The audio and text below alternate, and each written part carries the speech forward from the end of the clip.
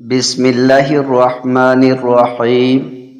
حضرت ابو ہریرہ اور ابو سعید خدری رضی اللہ عنہما کہتے ہیں کہ رسول اللہ صلی اللہ علیہ وسلم نے فرمایا، قیامت کے دن ایک بندے کو لایا جائے گا، باری تعالیٰ اس سے فرمائے گا، کیا میں نے تجھے کان، آنکھ، مال اور اولاد سے نہیں نوازا تھا، اور چوپایوں اور کھیتی کو تیرے تابع کر دیا تھا، اور قوم کا تجھے سردار بنا دیا تھا، جن سے بھرپور خدمت لیا کرتا تھا؟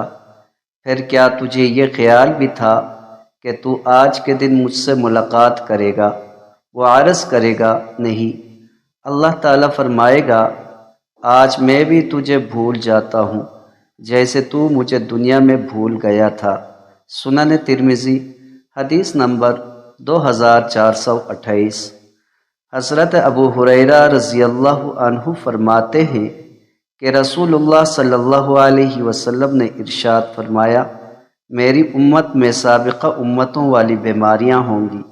صحابہ کرام نے پوچھا، یا رسول اللہ صلی اللہ علیہ وسلم، سابقہ امتوں والی بیماریاں کیا ہیں؟ آپ صلی اللہ علیہ وسلم نے فرمایا، اکڑ، اترانا، مال جمع کرنا، دنیا میں زیادہ دلچسپی، ایک دوسرے کے ساتھ چھپی ہوئی دشمنی رکھنا، ایک دوسرے کے ساتھ حسد کرنا، بغاوت کرنا۔ مستدرک امام حاکم، حدیث نمبر 7311۔